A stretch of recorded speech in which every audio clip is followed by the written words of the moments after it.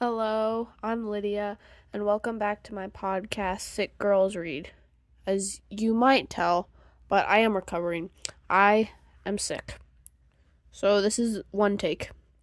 The book I read is called Crying in H Mart, and it's a memoir by Michelle Zauner.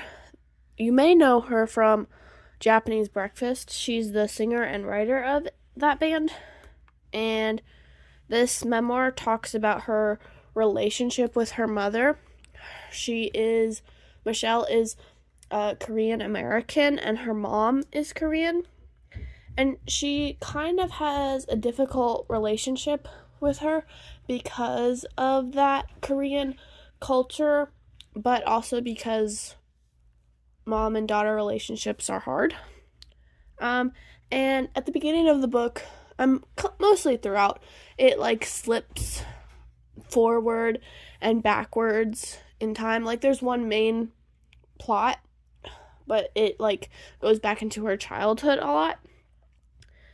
And the basic plot is that her mom gets cancer and is really weak and eventually dies, which Michelle has a hard time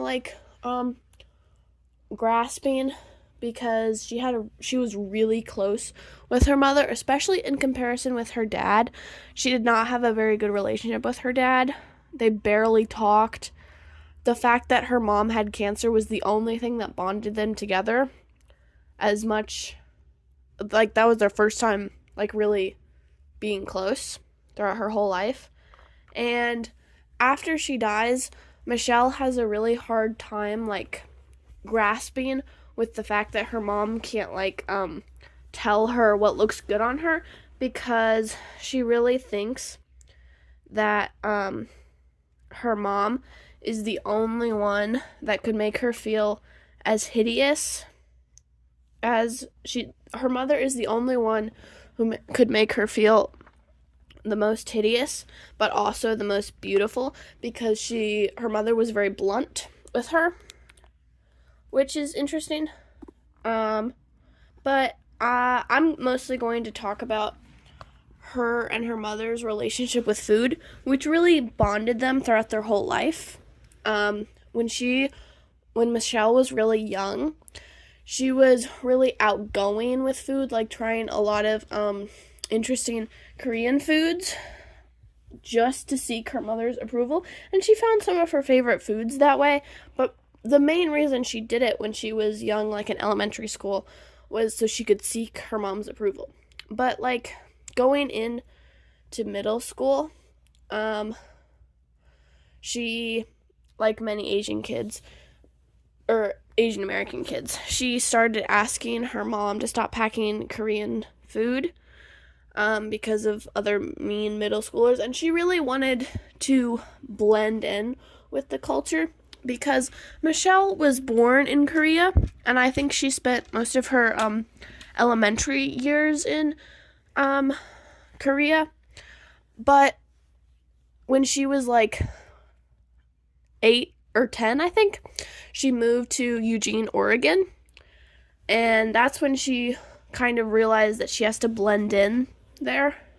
And throughout her whole adolescence, she's really struggled with trying to blend in because she's mixed. Also, throughout the whole book, she's constantly seeking her mom's approval.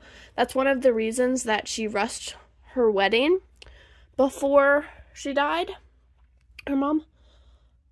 She really wanted it to be perfect, and she felt like her mom was the only one who knew if it was truly perfect. And in high school, she had a really strained relationship with her mother because angsty high schoolers, but also just Michelle was getting into music, and her mom didn't really want that for her.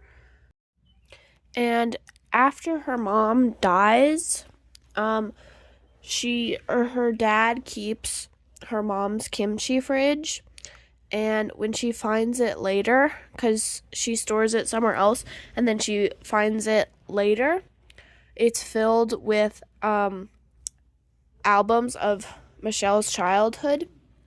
And I think that also just shows how much her mom cares about her in her actions and not as much her words. A quote that really is linked and shows this is food was an unspoken language between us, had come to symbolize our return to each other, our bonding, our common ground. That really shows her connection with food and her mother. That's pretty much it. Bye.